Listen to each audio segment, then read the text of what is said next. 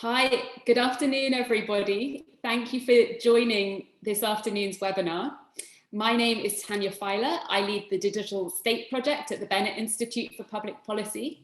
And the aim of the Digital State Project is to examine and hopefully improve the capacities of governments as users and developers and procurers of digital and emerging technologies.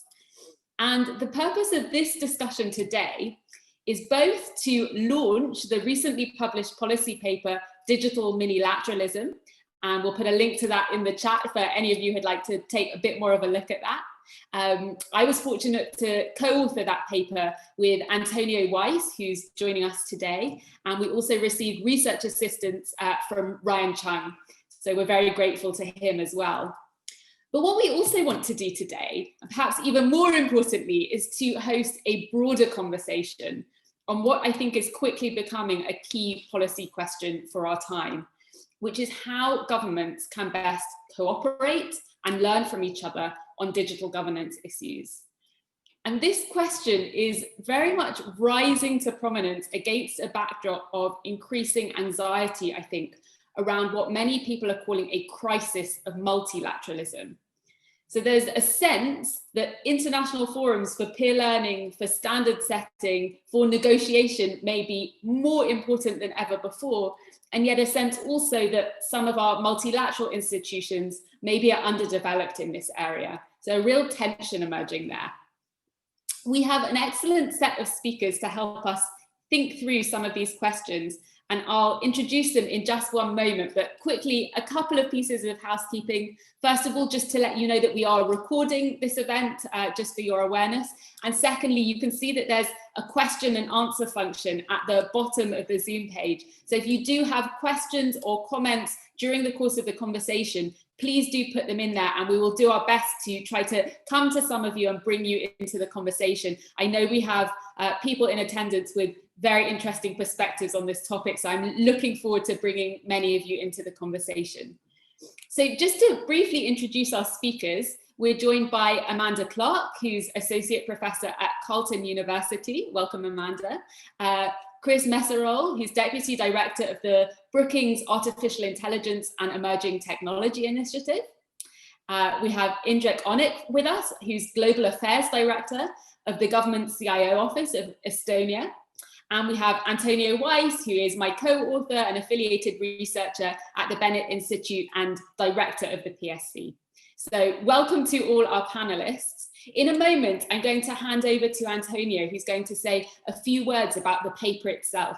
And following that, we're going to move into our panel conversation and continue the conversation in that format. So Antonio, over to you.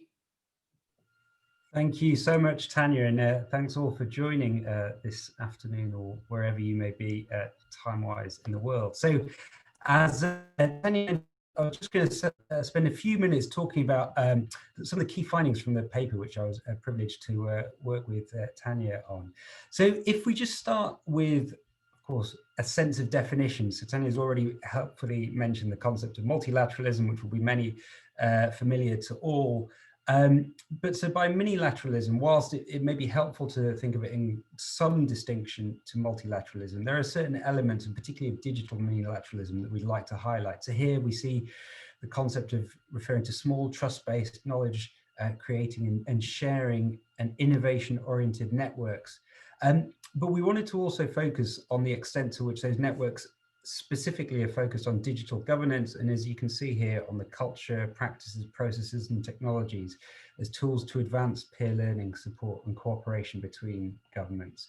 And this paper that we have worked on, it looks in a broader sense at digital minilateralism and the various groupings which helpfully fit under this terminology. But we do a specific deep dive on what was originally called the D5 and is now known as the Digital Nations, the group of leading digital nations. And that provides a very helpful into some of the benefits, challenges and possibilities going forward for digital minilateralism. And I'm just going to touch briefly on 6 of those, which form our key findings. So the first is just quite simply that this is a new and growing trend, and it is I think we are quite confident in saying, proving that it's been valuable in shaping how governments govern the use of new and emerging technology. So this is very much an opportunity for policymakers and beyond to help in those areas. The second is that there's real value from these digital minilaterals, and that we very much recommend that national governments should recognise that value and, where necessary, reinforce it. And thirdly, and this is relevant, I think, to all of the minilateral groups that we looked at, as they mature and grow over time and necessarily become a club that more people want to become members of, that brings real opportunities for impact, but also challenges. And the question of retain some of minilateralism as you get larger over time. And then the final three further key findings that we thought were really relevant and pertinent that came through is that this form of transgovernmental digital cooperation requires new skills, and it's not just in terms of forum selection and which groupings should we adhere to, it's also in understanding what are the programs of work that are moving forward that these groupings discuss. And that requires a certain amount of strategic consideration of what are the skills we require now and in the future, and enacting those. In addition, minilateralism necessarily is less about the institutions and more about those interpersonal relationships. And there are huge benefits that can bring, and just the simple peer-to-peer network and learning on an individual basis adds an element of humanity, which is hugely important, particularly in the most recent experiences for many. But that can also have some drawbacks, be that with turnover, be that with changes, or be that with other issues that come up. And that's something that will need to be, again, considered going forward. And the final point is, whilst we've already, of course, talked about multilateralism, what we would very strongly not wish to see is that minilateralism is seen very much in either tension or contradistinction of multilateralism. To really capitalize on the value that both sets of approaches can offer, there should be real linkages, and minilateralism should certainly feed into multilateralism. So the paper is very much available here, and you can, I think we've probably put out a link already on the chat, and there's an abridged piece on Brookings as well, which you can see below, and I'm sure we'll send out a link there. But hopefully that gives you, if you haven't already read what's hopefully is an enjoyable paper as well as informative, the paper that gives you a whistle-stop tour of some of the key points. And I'll hand over now to Tanya for the discussion. Thank you, Antonio, for that very pithy overview of the paper that we worked on. I think now is a good time to turn to the rest of our speakers. Just before I do so, just to mention that you should please feel free to turn to Twitter and talk about the conversation we're having there. We're using the hashtag digital minilateralism, which is in the chat for you to see there, and would welcome any comments that you want to include in that forum. So perhaps we could start our panel by turning to Chris first, because Chris, you've worked quite a bit on multilateralism and some of the conversations there. And as we've already been hearing, there's a sense that digital governance issues are becoming increasingly global. International fora for negotiation, perhaps for standard setting, are becoming more important than ever. In your view, how has the multilateral system contended with digital governance issues to date? First of all, thank you so much for hosting this event. Thank you for the great paper, which again, I would encourage everybody in the audience to go and read. It's a really fantastic contribution to a really important and emerging topic. In terms of you know, the role of multilateralism in approaching digital governance to date, I think there's actually kind of there's two trends that are kind of intersecting and colliding in really interesting ways. And so the first is just this crisis of multilateralism that you mentioned earlier, which I would actually put it, I think what's really happening is that there's this longstanding tension that has just come to the surface and that people are noticing now between multilateralism as a process and multilateralism as a form of kind of positive, you know, governance, right? Like where you're actually making substantive kind of governance decisions.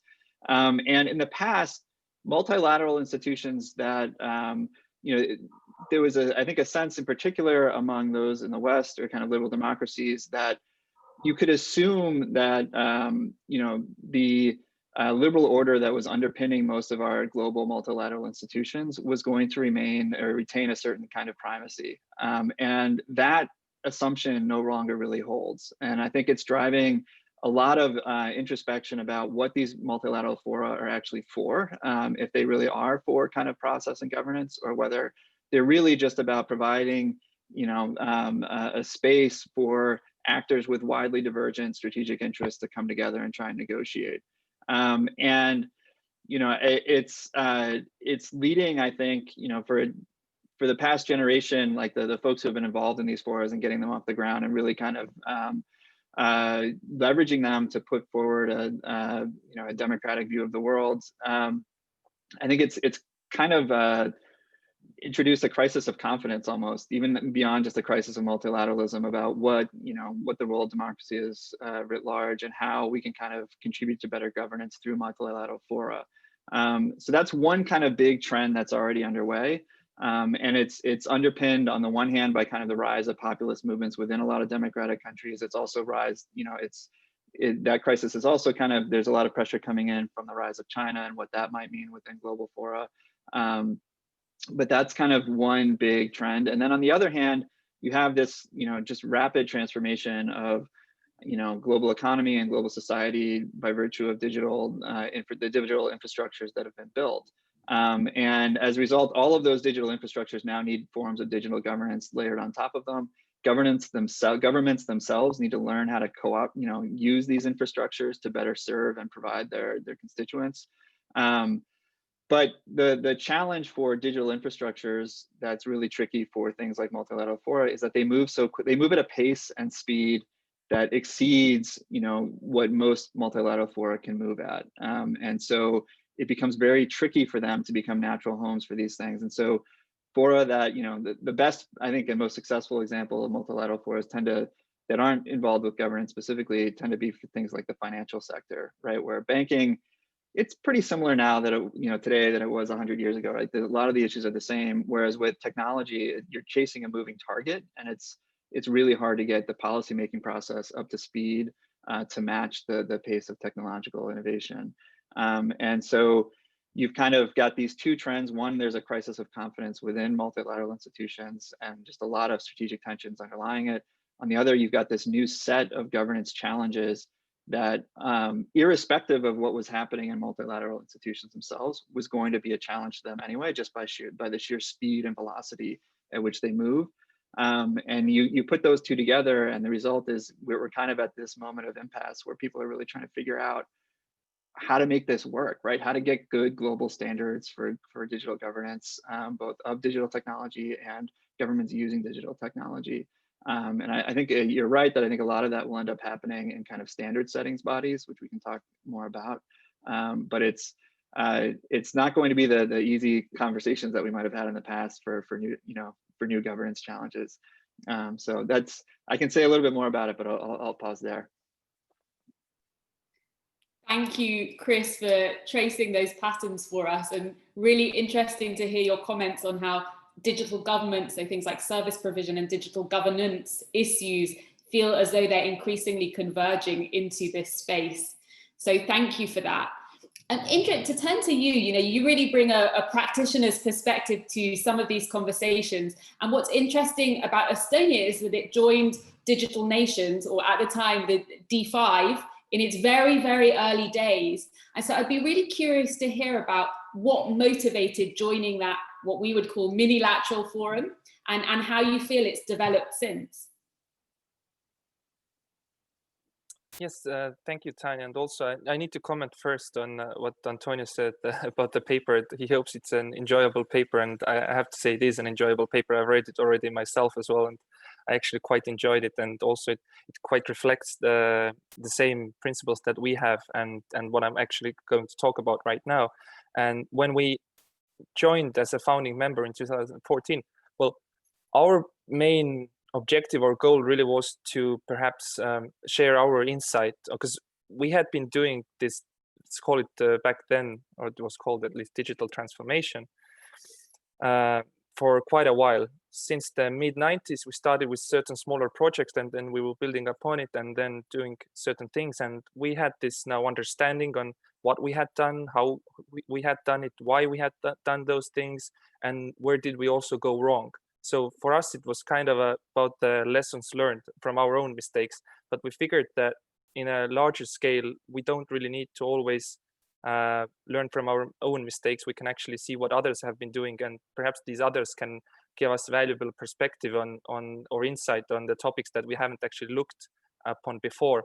And so for us, ideally, it was really about sharing knowledge and solutions. And the idea is also perhaps to get to a situation where we can actually share code on and already built components of different emerging technologies. I mean, even today, we are very strongly promoting on sharing, using, and reusing different already built components of AI, for example, internally inside of Estonia, but also cross-border, because we see that this actually enhances faster uptake, and we don't need to, reinvent the bicycle over and over again everywhere.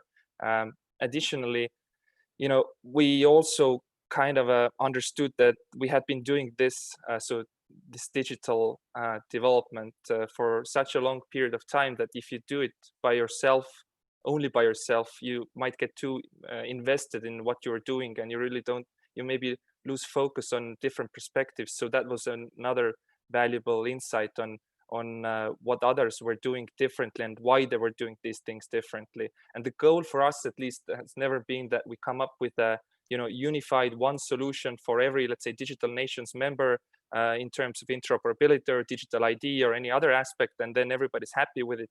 It's not about that. It's about understanding different perspectives. And now, as an alternative aspect, maybe is that we really wanted to find a group of countries where we can have a very, very close, friendly relationship with the senior level or executive level government officials who were actually steering their own governments or their policies or strategies, and have a very close relationship and talk to them. And we already have seen this happening. I mean, personally, I can say that whichever time of the day or night, as soon as I take my phone, I send a message on WhatsApp, I will get a response basically instantly. And then the other responses start coming in the next 12 hours or so when people start waking up, globally because of different time frames. And the added value, I guess, is also for us I wouldn't say multilateralism versus minilateralism, but the added value in a smaller or a tighter group is that maybe as an analogy from marine transportation, if you take a canoe or a kayak, for example, and you need to go somewhere, you can turn it around on the spot very easily, and you can start going to that direction. But if you take a bigger ocean liner or a oil tanker, it can take up to, I don't know, 15 or something nautical miles to turn it around, and sometimes you just don't have the time or the distance of 15 nautical miles to turn around and start going somewhere. So you need to have more agile, more flexible groups of friends that are willing to share and trust each other. And this is what we went after. This is what we have received, and this is why we are really happy little members of Digital Nations. Thank you for sharing that perspective. Really interesting to hear about these dimensions of trust and I think informality, which is something that we don't often think about when it comes to multilateral settings. I think is a really key distinction there. This idea that it's very values-based, trust-based, and that actually you can move a little bit more quickly if you've developed those informal connections between the group. Which I think is a good moment to bring Amanda into the conversation, because Amanda, you've done a lot of work on open government, including writing a book called Opening the Government of Canada. And what's interesting, I think, is that several international networks, larger and smaller, Digital Nations included, emphasize open government as a really foundational principle. In fact, in the case of the DN, it's in the foundational charter. From your perspective, how closely do the narrative and realities of open government match up today? And how do you think we should understand openness, in particular, when it comes to international cooperation? Thank you. And thanks again for inviting me to this conversation. I also really enjoyed the report, so I'm very happy to be talking about it today. I think this question of what is meant by openness is really relevant in thinking in general about the new sort of digital government orthodoxy, but also specifically the question of minilateralism and where it fits into advancing more effective digital governments. So obviously, I think there's two things I'd say. The definition of open government varies, and whichever approach you adopt, you'll have very different outcomes and very different implications for democratic accountability. The model the first thing is to say that, the model that's being adopted through things like the digital nations and in general, when we talk about digital government and where it's going today, is not your freedom of information, transparent state in the name of democratic accountability. That's really not what we're talking about. So that's the first thing. The second thing is that I think we probably need to bring in a little bit more of the democratic accountability piece, in particular, if these international institutions shaping the agenda for digital are to go somewhere. So to unpack that a little bit, on the first point, what kind of openness are we talking about with things like the digital nations, core principles and other digital standards? In many ways, it's precisely what Indrek pointed to.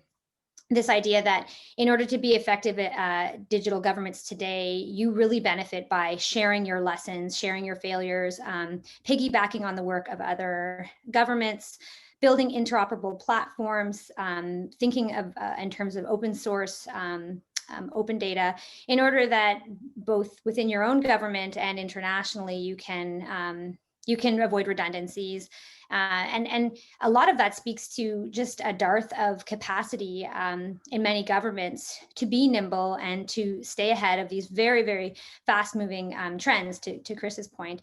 So I think you find this like-minded community of individuals globally who have, and you note this in the report, and I hear this constantly when I speak to people working in digital government teams, is that they have more in common with their digital government innovators and leaders in other governments than they do with their colleagues across their bureaucracy, who are in many ways from a kind of machine bureaucracy mindset and don't really understand what digital government is and where it needs to go.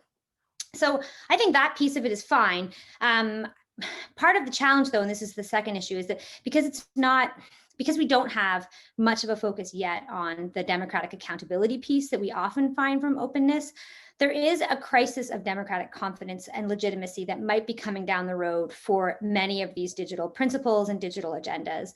In particular, where we start talking more about digital reforms, changing the kinds of data that the government collects, how governments interact with private technology firms, which will invariably be a big part of any digital transformation, how automated decision-making and artificial intelligence can change the kinds of decisions that governments make about, say, benefits eligibility or your ability to walk across a border.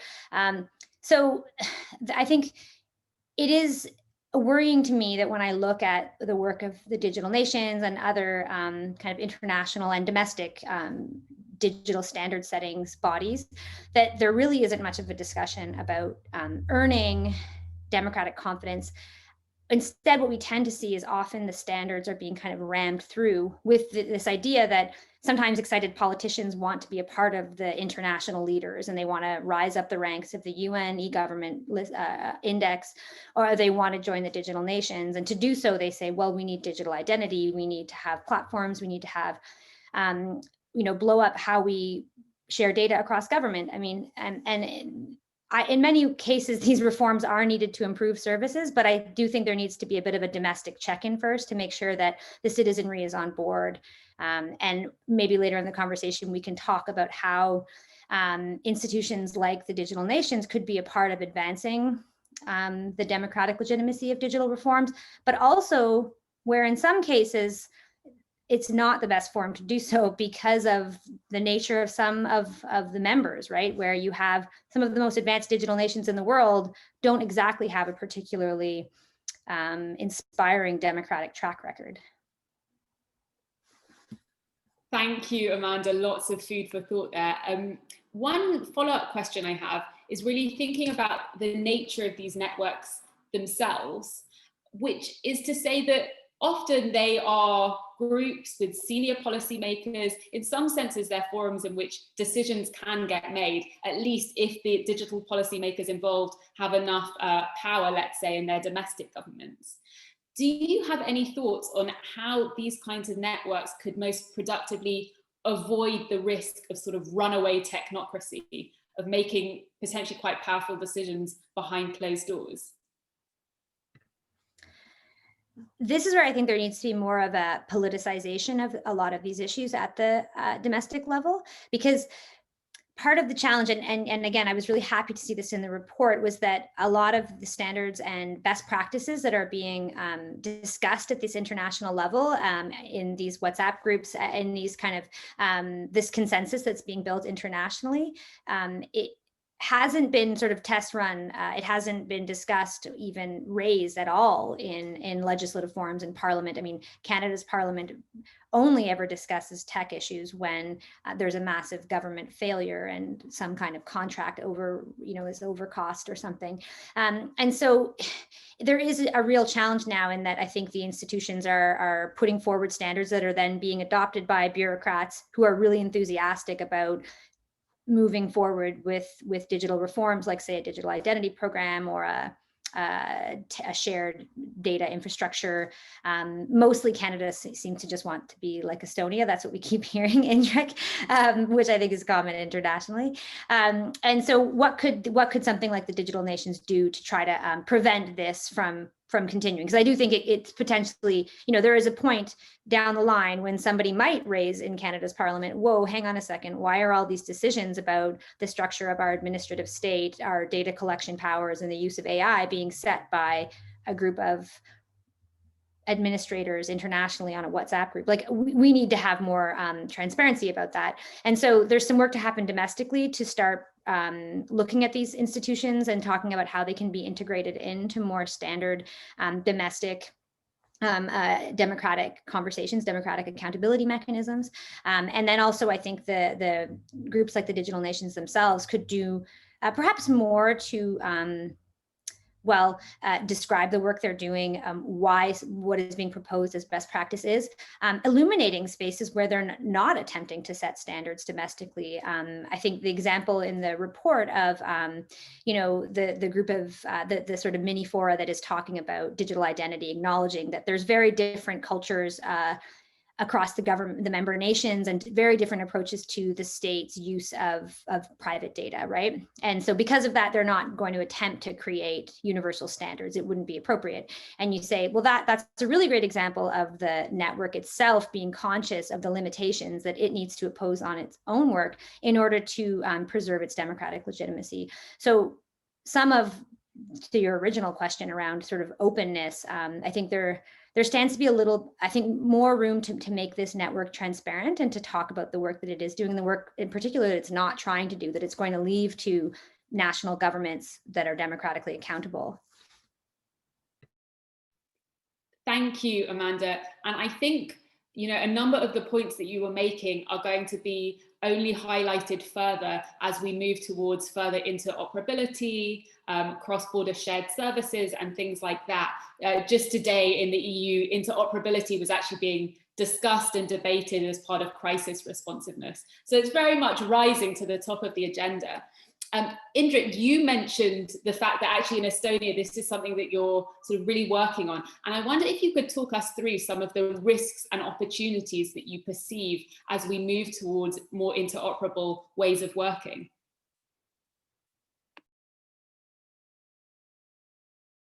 Yeah, well, now, again, it depends what we're after in the bigger picture.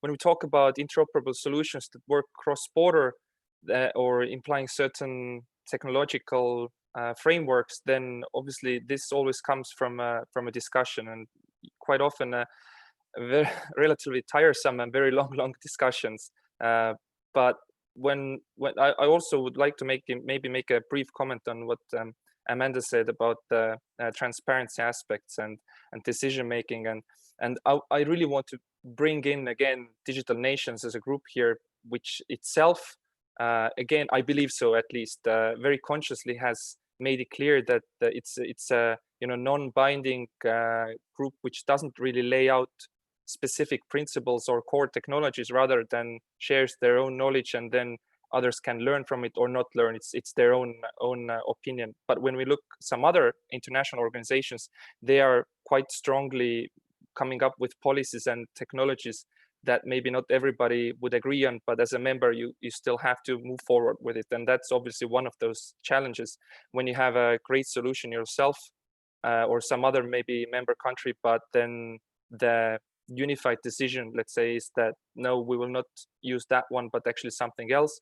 Then at one side, you understand that, okay, obviously everybody doesn't want to use your solution, but it should be possible that everybody uses their own solution, but they still work interoperably together. So that is the opportunity. When we Amanda again mentioned, I'm not putting you on the spot, you just mentioned Canada, right? And I'm also familiar with the Canadian digital exchange platform, I think it is called. And it makes quite a few references to X-Road as well. And again, the beauty of that to me is that Canada does not try to copy nor really take over Estonian technology, rather than understand what are the principles that we build X-Road on, and the core principles like interoperability, data sharing, once only, and so on, and come up with their own understanding what it would mean to Canada and how to reflect it in Canada and how to make it work in Canada. Because the difference again here is that Estonia, relatively small country, relatively straightforward administration. Canada, on the other hand, a federal country, right, has different states or provinces, and those imply certain challenges. So in general, I guess the challenges or opportunities of cross-border cooperation and interoperability and sharing certain technological frameworks comes from the fact that you don't always get what you perhaps want, and you have to kind of adjust to it and make the best out of it and try to make it work in the best way you can, keeping in mind the objective that you're after. So again, this is what I personally feel, that is that, for example, cross-border interoperability, it's not something in itself. It is just needed to make certain processes happen. And the way we see it is that we need interoperability in order to exchange data with other countries. And why do we need to exchange data? Well, because people are moving around. Today in the free world, if an Estonian decides to move to Latvia, we shouldn't ask them to take suitcases of paperwork with them to prove something. These things should happen, seamlessly between governments. If an Estonian decides to move somewhere else, they should be able to do it the same way. If a Canadian decides to move somewhere, or if someone from France decides to move somewhere, they should be able to do these things. And therefore, we need to have these discussions. But I don't even believe that I've given you a proper answer. I think there are more challenges than we can maybe understand at first. But the point is that it's always about understanding other countries' perspectives, other countries' needs, and the bigger need of the international organization. And then the question that you ask yourself, why am I even doing this? And if the answer is that I'm doing this to improve the life of our citizens, our businesses, and the region as a whole, and you see that the solution that is coming one way or another makes that happen, then you should be at least partly satisfied. Thank you for outlining that vision and some of the opportunities there. We have a related question that's come in, which is actually around digital sovereignty. So the question is, how can we guarantee digital sovereignty when it comes to multilateral institutions investing in national transformation agendas? And we are seeing, often the multilateral approach can be to suggest approaches that have worked elsewhere and copying them, or perhaps using the same technology providers and things like that. Chris, from your perspective, how should we go about thinking about this one? I mean, that's the million-dollar question, I guess. But it's I think one of the challenges is, and I think this is it's really incumbent upon democratic countries in particular to get this right, is how to ensure that there's consistency, across most of the world in terms of the infrastructure that they're using, right? Digital sovereignty, unfortunately, there's only a handful of kind of countries that are providing some of the key technologies that go into digital infrastructure, and maintaining and ensuring that kind of the countries that, if you're in East Africa or you're in South Asia, and you're building out your digital infrastructure, making sure that sovereignty resides in the actual country, like this, data sovereignty actually sits with the country, is a huge challenge. And I bring that up because it's something that comes up in a lot of my work, is actually trying to think about, as you have China beginning to export its model of digital sovereignty and digital infrastructure around the world, it's incumbent, I think, upon democratic societies to figure out an answer that, is as simple. China, when they go to different areas around the world, they'll go to a regime and say, use our system, use our backbone, use our tech stack, right? We'll give you the keys to the kingdom. You can do what you want with it. It's a very simple, straightforward digital governance model. It's not one that I like, and it's one that's built on values that I would disagree with pretty vehemently. But it's a very simple, kind of low cost, turnkey solution for regimes around the world that may not share democratic values, but do want to control their population. And democratic countries need to have some answer to that is as simple to understand and can guarantee credibly that the data that passes through those networks is going to stay in the country, and that it's not going to be exfiltrated or kind of manipulated in any way. And so I think one of the, there's kind of two solutions to it, I would say. One is to kind of, one of the things I love about your paper and kind of the minilateral movement in general is just the ability to kind of facilitate information sharing and best practices, around the world quickly in real time, and the ability, and not just from kind of Western countries to other countries around the world, but like, folks in South Asia can learn from what's happening in Sub-Saharan Africa and vice versa. It's one thing that really needs to happen. The other is that there needs to be kind of credible commitments by some of the major leaders in technology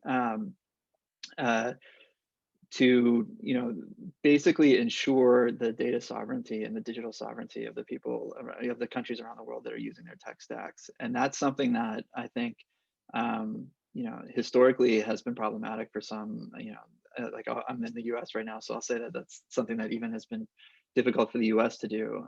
But I think it's something that what I anticipate happening going forward is, the US and other kind of leading liberal democracies with a really robust tech infrastructure are going to have to find a way to come together and really begin to tie their own hands and ensure that the countries around the world that are using their technologies are going to be the ones in control of how that technology is used. And they're going to have to do this as a response to China and other regimes that are exporting their technologies with a much different value system. So how exactly that plays out, I think, is to be determined, but I am at least optimistic, somewhat optimistic that we'll get to a better place in that regard. Thank you, Chris. And I just want to bring in Antonio here, because one of the topics that we covered in our paper was beginning to think about, could an organization like the Digital Nations become some kind of a beacon, setting a kind of shared direction of travel and providing some leadership perhaps in terms of sort of alternative models that might emerge. And so, yeah, I'd just be curious to hear from Antonio, his perspective on whether that's a fruitful line of thought. Thanks, Tanya. Yeah, it's a really interesting one. And I think in the best way possible, there's an element of the Digital Nations almost being a victim of its own success. So I think from the foundational points, there was never, as Indrek says, a particular desire to do more than great knowledge sharing and internally learning and peer learning.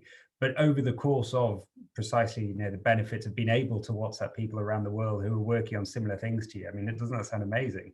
And get immediate feedback and helpful feedback. I think there's clearly been huge amounts of both practical work and learning and consideration of principles, so be it AI ethical principles or specifics on code sharing for different platforms, that there's a huge amount to learn from. And I think one of the benefits of, and this is I think from the Digital Nation's own language, the somewhat eclectic grouping of nations is in of itself a great virtue, because it doesn't necessarily say, well, we're only segmenting on certain characteristics. It's a slightly more organic formation. And so there's a real opportunity there to share openly what some of those learnings are, what some of the challenges and what some of the benefits have been.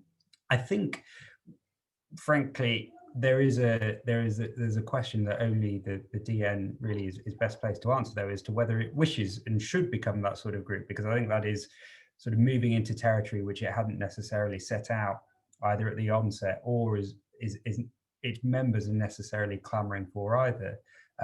However, that doesn't mean that there couldn't be great benefit from it.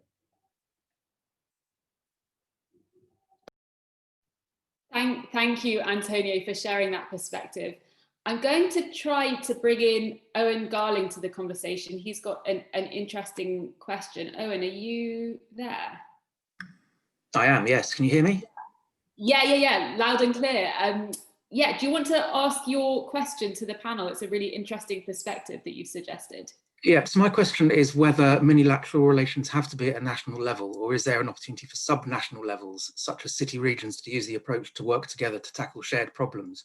Just thinking, do we need that kind of the idea of a nation state? Is it still relevant in this agenda? Definitely just raised it to another level of question with that last part. Amanda, any perspectives on this one?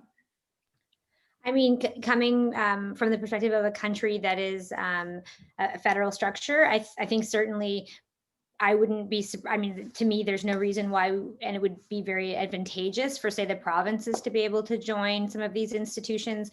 You see a real patchwork in countries that have more delegated authority, where, as Owen notes, the nation, the sort of national government is not necessarily the most relevant actor on a number of files.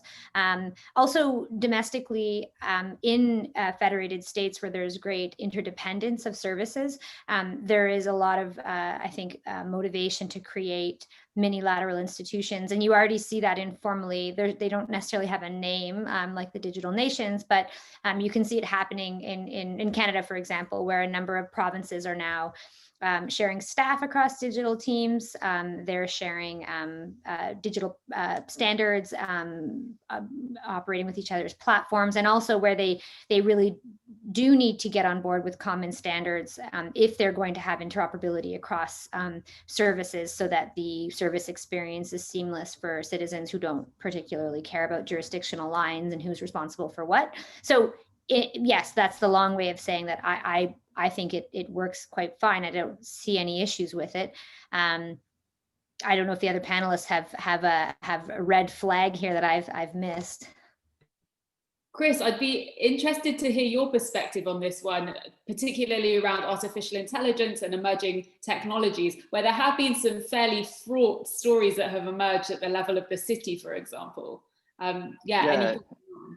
I would actually say that I'm a big fan of kind of cross-city learning and cross-subnational units kind of learning, because a lot of, not every country is obviously federal, but the countries that are federal, there's a lot of experimentation that happens at the very local level. And so you learn quickest at a local level oftentimes. And then the challenge is, what kind of mechanisms and processes and institutions do you build to enable all the lessons that you're learning? And it could be a success, it could be a failure, right? But like, you're learning stuff at the local level that you want to kind of make sure begins to inform national level policies or policies in other subnational areas around the world. And so I would kind of echo basically everything Amanda said, where I think there's a lot to be gained from subnational learning and minilateral fora as well.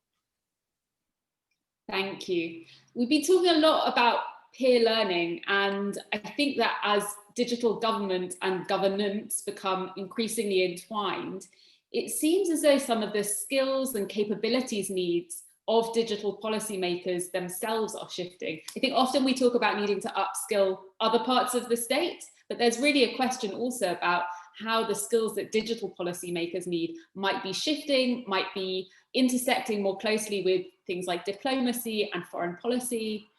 So I'd be curious to hear, Indrek, from your perspective as a practitioner, are you feeling these changes? Are you feeling that there's a shift in gear in terms of capabilities needs?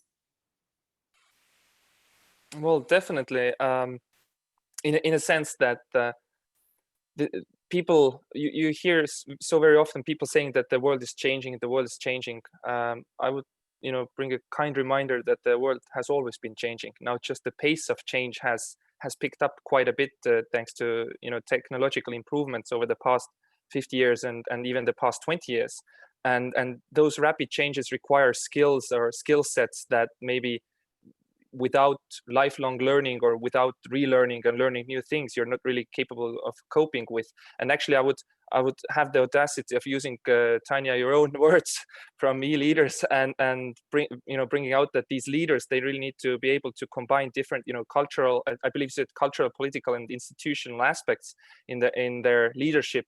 And the question is, what kind of skills do you really need? And I see that the most, what you need to have is this understanding of a bigger picture. And you don't have to have very specific, maybe technological skills, or you don't have to know everything about language technologies or AI or cloud, but you need to have this overarching bigger picture to generate certain strategies or policies. And then you have to work in combination with a team perhaps that has these specific skills now.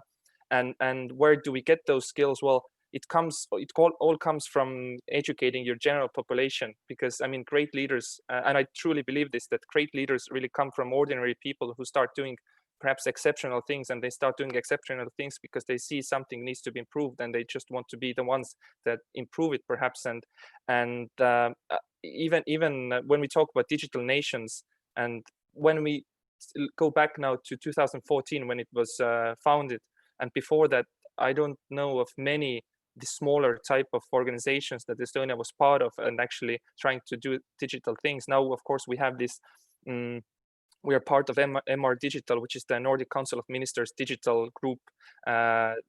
Just very recently, we had the Netherlands Minister Raymond Knops launching Coalition of the Willing again with certain digital aspects and understandings how we should improve and have a fast pace of development.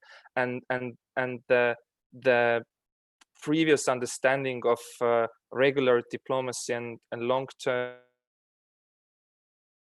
nations have been substituted with the quick, agile, fast responding smaller groups of countries or like-minded countries, sometimes very different historical, political, cultural backgrounds, that now really you need to have the ability to come together, have a discussion and learn from it, and do it fast and do it with tangible outcomes. Because these days, nobody really forgives you if you miss the train and you don't forgive yourself either, I believe. Thank you, Indrek. Indrek was referencing a conversation that we had on Friday at the OECD e-leaders meeting, which goes to show that these conversations are very actively happening in larger, arguably more multilateral forums as well. So that's very good to see. I think we have David Eves on the call, so I'm going to try to go to him if he's there, because, hi, David. I just wanted to come to you, David, because you've obviously done so much work over the years, particularly around peer learning between governments and brokering and enabling conversations between them. I'd be really curious to hear how you think, some of these changes are taking place in terms of skills needs that digital policymakers might have. Over to you. Thank you. Yeah, so we've been hosting a convening here for digital service teams from around the world for the last several years.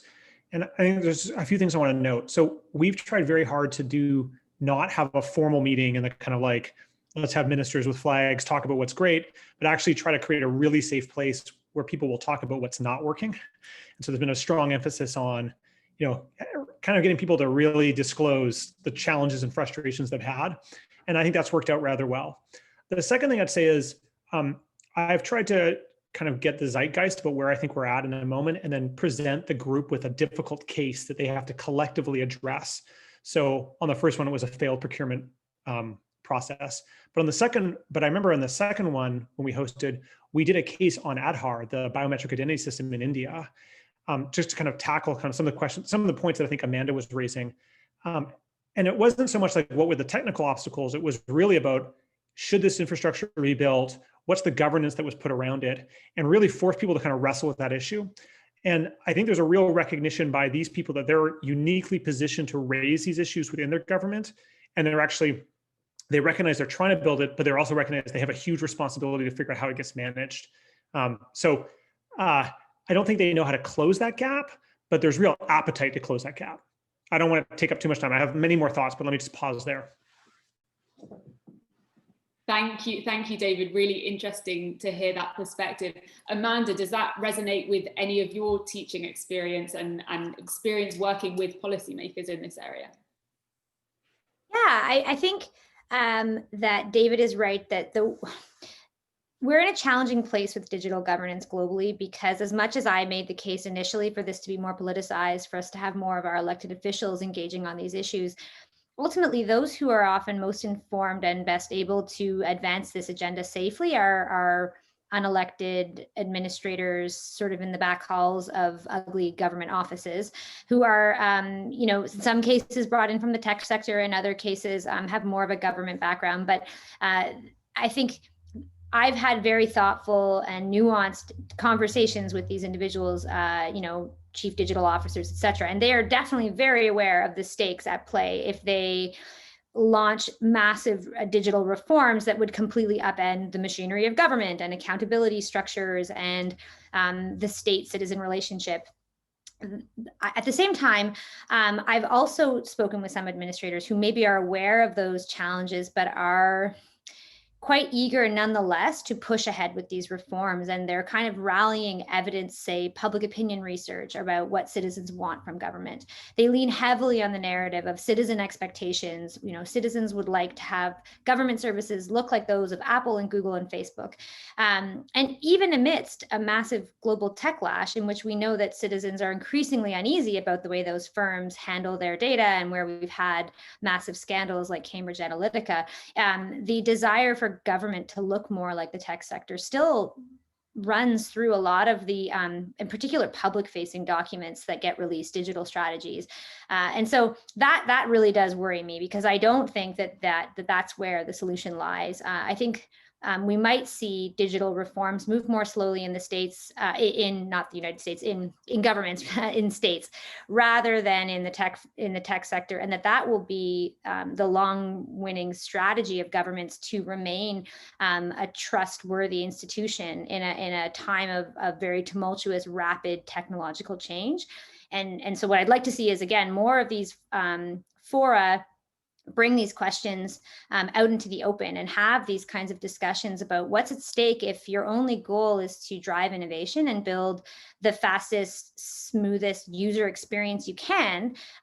You might be giving up quite a lot in the citizen experience of having a democratic state that you can actually trust has your best interests at heart, and that is factoring in values such as equity, voice, accountability, and democratic control, which are notably missing from, with the exception of maybe concerns over privacy or accessibility for those who don't have, access to the internet, let's say, or high speed. With the exception of those two issues, I really don't find digital standards or the digital kind of orthodoxy that's being advanced by a lot of these institutions touching on some of those more thorny issues. And so I am happy that David is hosting those conversations. I think we need to see more of those conversations.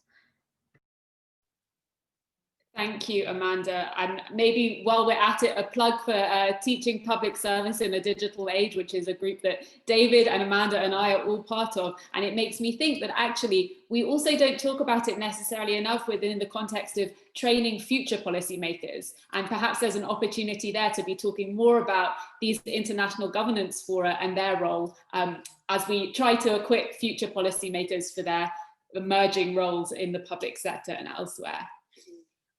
Our time is drawing to a close, and I know how precious everybody's time is, so I don't want to go over, but I do want to finish by asking each of our panelists for a quick perspective on where they see the future of international cooperation on digital governance issues going over the next 5-10-year period, because it seems to me that within that time frame, we're going to see a lot of change and development, and we probably need to be seeing it as well.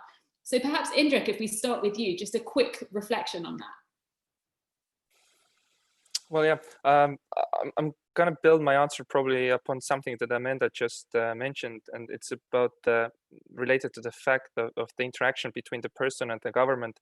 And although people seem to want, or somebody seems to claim that people want services that more like look more like the service of these great tech companies globally, then we can see that happening as well, and we are kind of moving towards those service delivery. But at the same time, we are very closely keeping our hand on the pulse on the other aspects that Amanda also mentioned. And whichever way you look at it, it's quite often all related to one thing: trust. And the people still need to trust the government.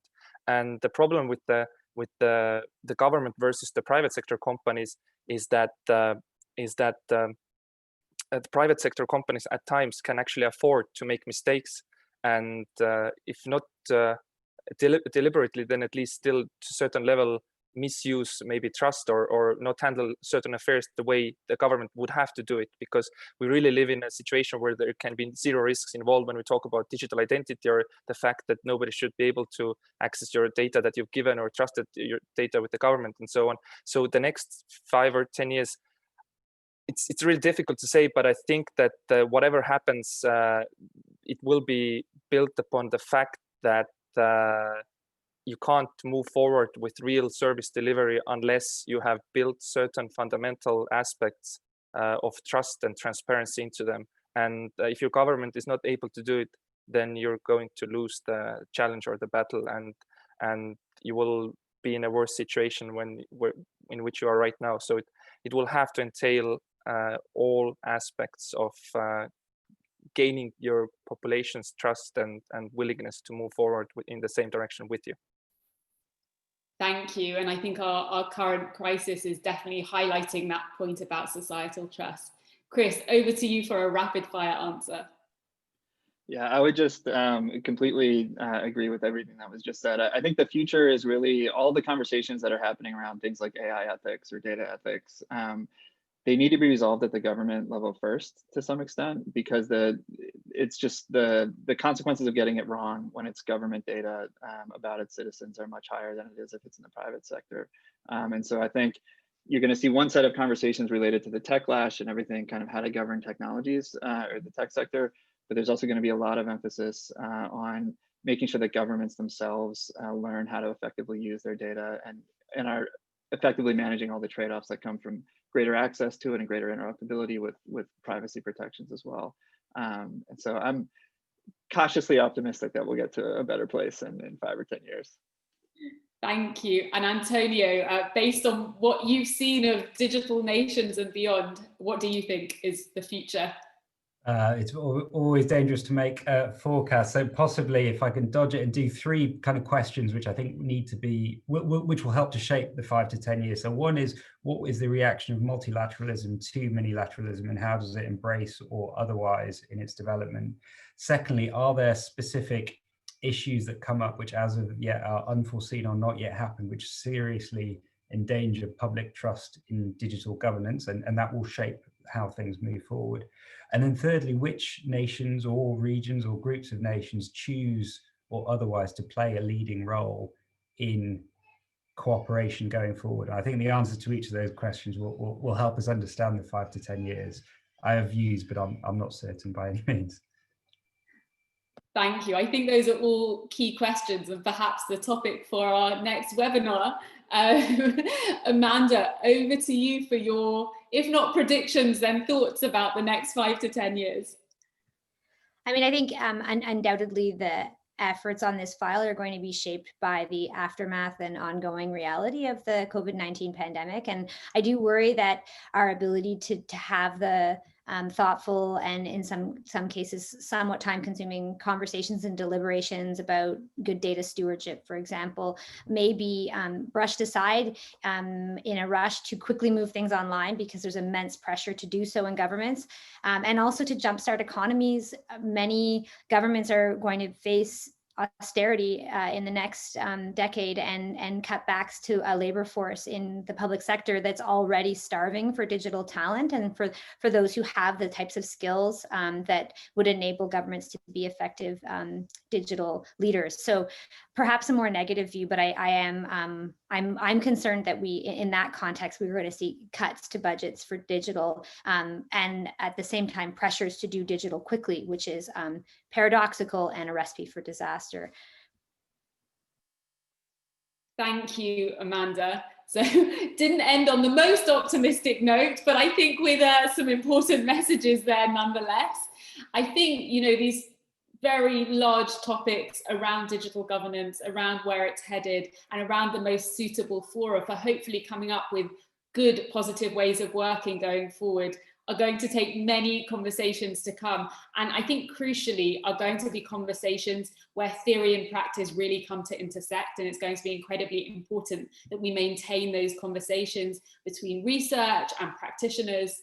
And so I'm really delighted and thankful to each of our panelists for being willing to engage in that kind of conversation today. And I'm looking forward to many more to come. So thank you to everybody for joining us, for your questions and comments, and once again to our speakers for their fantastic insights into this topic. Have a very good evening or afternoon, depending on where you are, and I look forward to more contact soon. Thank you very much.